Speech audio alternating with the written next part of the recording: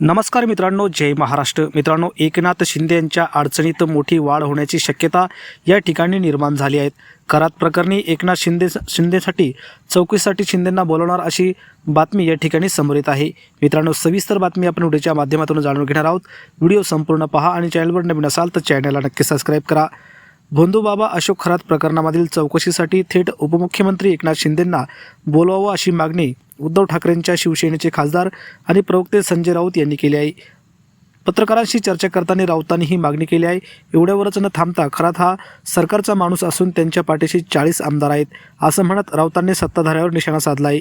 दीपक केसरकर यांना चौकशीसाठी बोलवावं, उपमुख्यमंत्री एकनाथ शिंदे यांना चौकशीसाठी बोलावं, खासदार सुनील तटकरे, रुपाली चाकणकर यांचीही चौकशी करा, अमित शहापर्यंत अशोक खरात कसा पोहोचला याचीही चौकशी करा अशी मागणी संजय राऊतांनी केली आहे. अशोक खरात मंत्रालयातील अनेक मंत्र्यांच्या कामामध्ये हस्तक्षेप करत होता असा दावा देखील राऊतांनी केला आहे. एकनाथ शिंदे यांना अशोक खरातकडे नेणारे दीपक केसरकरच होते असंही राऊत म्हणाले आहे. अशोक खरात हा भोंदूबाबा तर आहेच, पण त्यांच्या संपत्तीबाबत सरकारने उत्तर द्यायला पाहिजे.